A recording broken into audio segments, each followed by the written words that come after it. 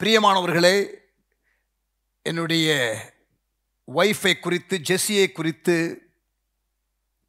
அறிந்திருக்கிறவர்களுக்கு தெரியும் that she had a strong prophetic grace over her life.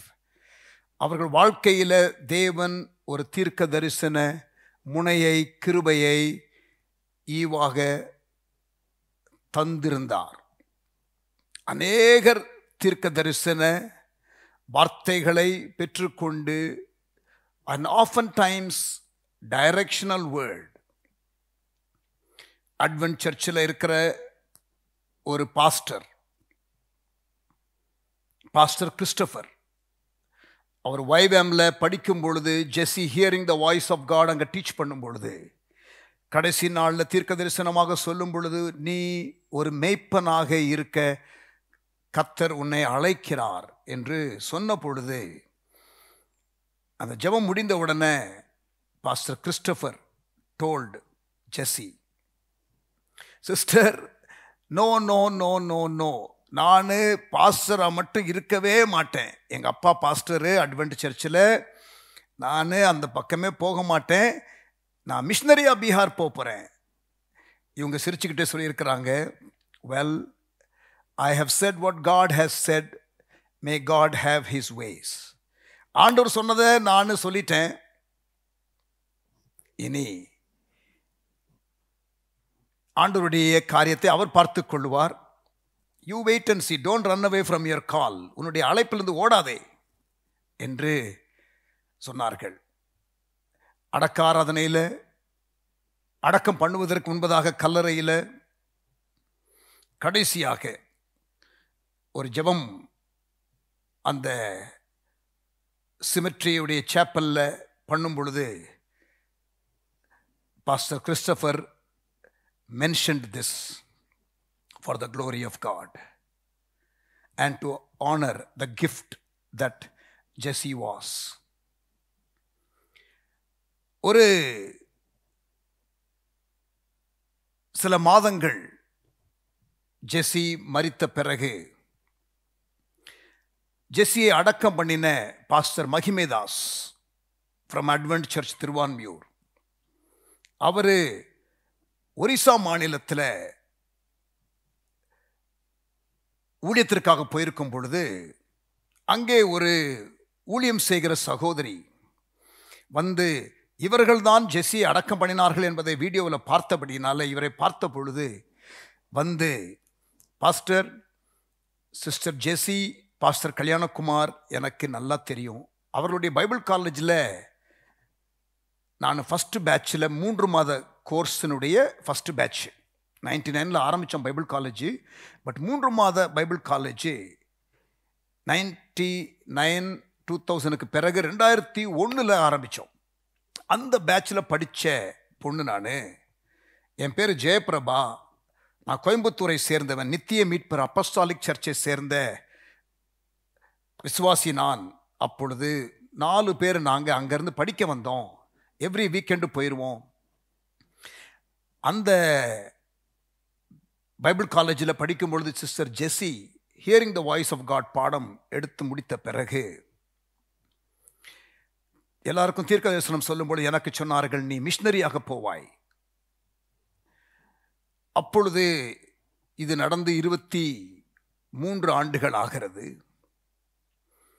நான் மிஷனரியாக போக வேண்டும் என்ற ஆசை எனக்கு இல்லை.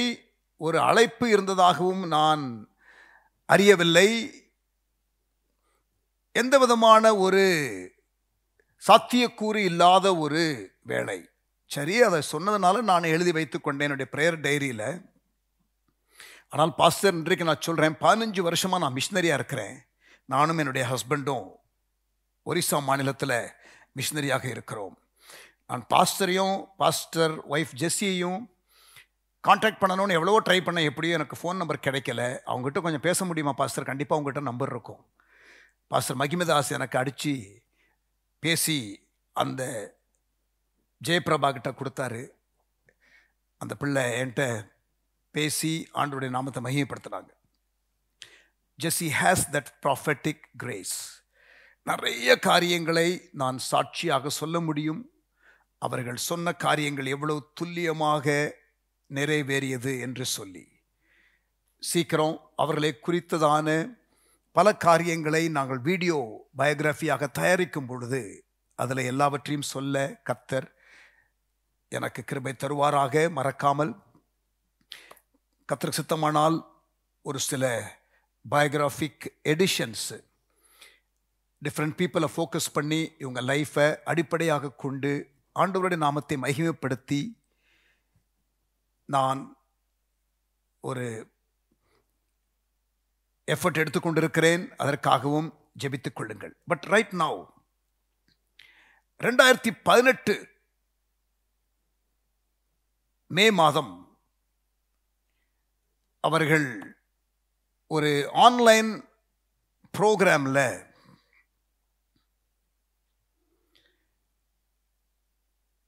வர்ஷிப் ஒரு ஈவினிங்கில் கலந்து கொண்ட பொழுது வர்ஷிப் என்றால் அதிகமாக பிடிக்கும். ஆகவே ஜஸ்ட் ஒன் பர்சனுக்காக மட்டும், ஆடியன்ஸ் ஆஃப் ஒன் அப்படின்னா பெரிய கான்சர்ட் மாதிரி எல்லாரையும் கூட்டுறதில்லை. ஆனால் வர்ஷிப் டீம் எல்லாரும் சேர்ந்து அந்த ஆடியன்ஸ் ஒரே ஒரு நபர் தான். Audience of one worship. யாரும் இல்லாமல், எந்த ஹைப் இல்லாமல், எந்த ஒரு ஷோமேன்ஷிப் இல்லாமல் ஆண்டவரை ஆராதிக்கிற ஒரு gathering. Audience of one worship கேதரிங்கில் ஆராய்த்து கொண்டிருக்கும் பொழுது கர்த்தருடைய வார்த்தை உண்டாகி மே மந்த்து 2018 ஜெசி சொன்ன ஒரு prophetic word. It is just a 1 minute or about 75 seconds prophetic word. அது ஆங்கிலத்தில் சொல்லப்பட்ட வார்த்தை. நான் அதை தமிழில் பிறகு உங்களுக்கு சொல்கிறேன். Let us hear what Jesse had to say in 2018 May. By the grace of God, அந்த மீட்டிங் ஆர்கனைஸ் பண்ணவங்க யூஸ்வலாக ரெக்கார்ட் பண்ணுவது இல்லையா, அந்த பர்டிகுலர் டே மட்டும் ரெக்கார்ட் பண்ணியிருக்கிறாங்க. Since they had a professional recording team with them that particular day, அவர்கள் எனக்கு சமீபத்தில் few days back இதை கொடுத்தாங்க. So I thought I will share it with you and honor God for giving her as a gift to us. அந்த தீர்க்கதரிசன செய்தியும் முக்கியம். ஆகவே அதை கேட்கலாம். Let us listen to it. I just believe that there is a word of the Lord for us this evening. And I'm going to say this not lightly. I sense that the prophetic clock is ticking. And there is a prophetic clock that is ticking. And every minute is going to count. And I just believe that as the prophetic clock is ticking, God is realigning things, and God is readjusting things, and God is repositioning things. And I would like to say, I believe the Lord is just saying to us right now, when the clock is ticking, if you need to run to realign, run. If you need to run to reposition, run, because it is ticking, and every minute counts. I just believe that if that's what we need to do tonight, wherever we are in our walk with God, let us just take heed what the Spirit of the Lord is saying tonight.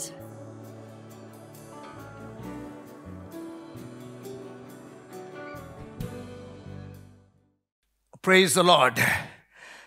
ஆங்கிலத்தில் சொல்லப்பட்ட அந்த தீர்க்க தரிசன வார்த்தையை நீங்கள் ஆங்கிலம் தெரிந்தவர்களாக இருந்தால் அதை புரிந்திருப்பீர்கள்.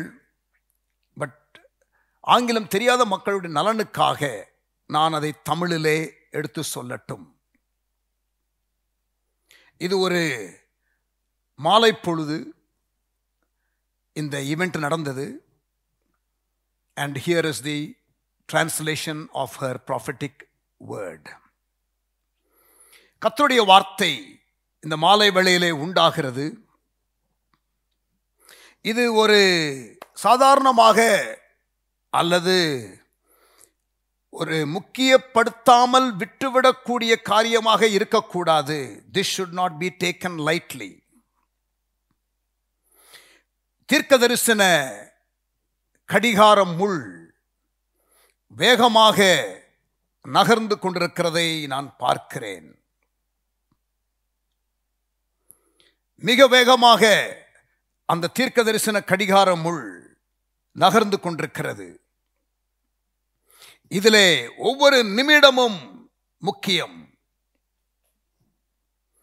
Every minute counts. இந்த தீர்க்கதரிசன கடிகார முள் நகர நகர தேவன் காரியங்களை மறு ஒருங்கிணைப்பு செய்கிறார். God is realigning a lot of things in his kingdom. சில காரியங்களை தேவன் மறு சீர்படுத்துகிறார்.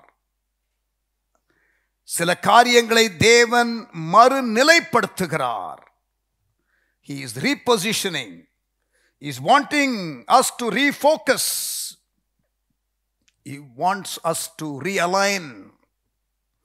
இந்த தீர்க்கதரிசன கடிகாரம் முள் நகர நகர நீங்கள் ஓட வேண்டிய அவசியம் இருந்தால் ஓடுங்கள்.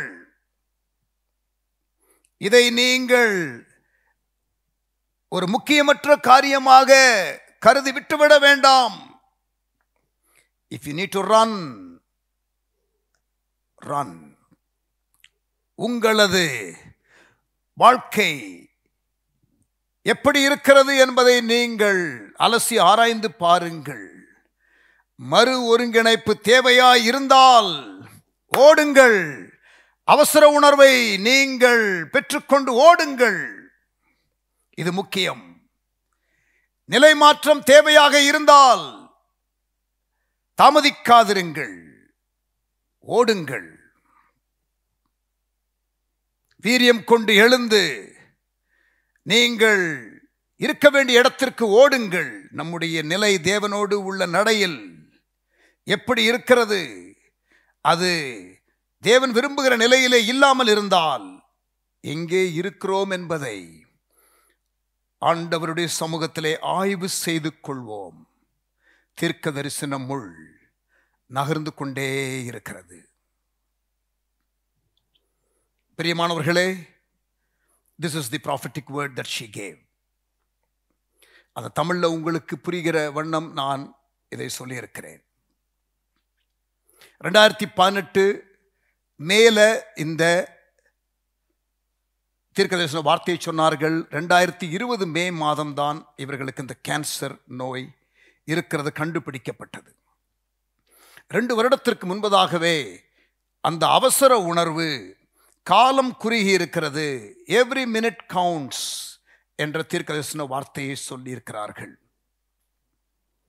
இது அவருடைய வாழ்க்கையை குறித்தும் எங்களுடைய ஊழியத்தை குறித்தும் தேசத்தை குறித்தும் ஏன் இப்பொழுது வாழுகிற காலத்தை குறித்தும் சொல்லப்பட்ட ஒரு தீர்க்கதரிசன வார்த்தை. 2018 மேல சொல்லப்பட்ட இந்த தீர்க்கதரிசன வார்த்தை இதற்கு பிறகு ஒரு 4 மாதம் கழித்து செப்டம்பர் 2018 தான் ஆண்டவர் விஷன் 2030 என்ற ஒரு தரிசனத்தை கொடுத்தார். God gave us the vision 2030. ஒரு 5 மாதத்திற்கு 4 மாதத்திற்கு முன்பதாக தான் அந்த தீர்க்கதரிசன வார்த்தை. இப்பொழுது நிலை மாற்றம், எங்களுடைய ஊழியத்தை மட்டும் ஃபோக்கஸ் பண்ணாதபடிக்கு தேசத்தை குறித்த ஃபோக்கஸ், ரியலைனிங், தேவனோடு உள்ள அந்த தரிசன காரியத்தில் ஒருங்கிணைந்து கொள்ளுதல், இந்த காரியங்களை ஆண்டவர் பேசியிருக்கிறார். பிரியமானவர்களே, இதை கேட்டுக்கொண்டிருக்கிறவர்கள், உங்களுடைய ஆவிக்குரிய வாழ்க்கை எந்த நிலையிலே இருக்கிறது? மறுபரிசீலனை செய்ய வேண்டிய காரியங்களை மறுபரிசீலனை செய்யுங்கள். மறு ஒருங்கிணைப்பு செய்ய வேண்டிய காரியத்தை மறு ஒருங்கிணைப்பு செய்யுங்கள். மறுநிலைப்படுத்த வேண்டிய காரியங்களை மறுநிலைப்படுத்துங்கள். ரியலைன், refocus and reposition. If you have gone away from the purpose of God. தேவனுடைய நோக்கத்தில் நீங்கள் திசை மாறி இருந்தால் நீங்கள் மறுபடியுமாக திரும்பி வர அறைகூவல் வார்த்தை. Return from your backsliding. உங்களுடைய பின்மாற்றத்திலிருந்து, உங்களுடைய சுயமாக ஓடிக்கொண்டிருக்கிற காரியத்திலிருந்து, தேவனுடைய திட்டத்தை விட்டு வழிவிலகி இருக்கிற காரியத்திலிருந்து நீங்கள் மீண்டும் தேவனுடைய திட்டத்திற்குள்ளே வாருங்கள் என்று கர்த்தருடைய வார்த்தை வந்திருக்கிறது. It is for the people of this generation. இந்த தலைமுறையிலே வாழுகிற மக்களுக்காக சொல்லப்பட்ட ஒரு தீர்க்கதரிசன வார்த்தை. Respond in the way God wants you to respond. தேவன் விரும்புகிற வண்ணம் ரெஸ்பாண்ட் பண்ணுங்க. கர்த்தர் நாமம் மகிமைப்படுவதாக. ஆமென்.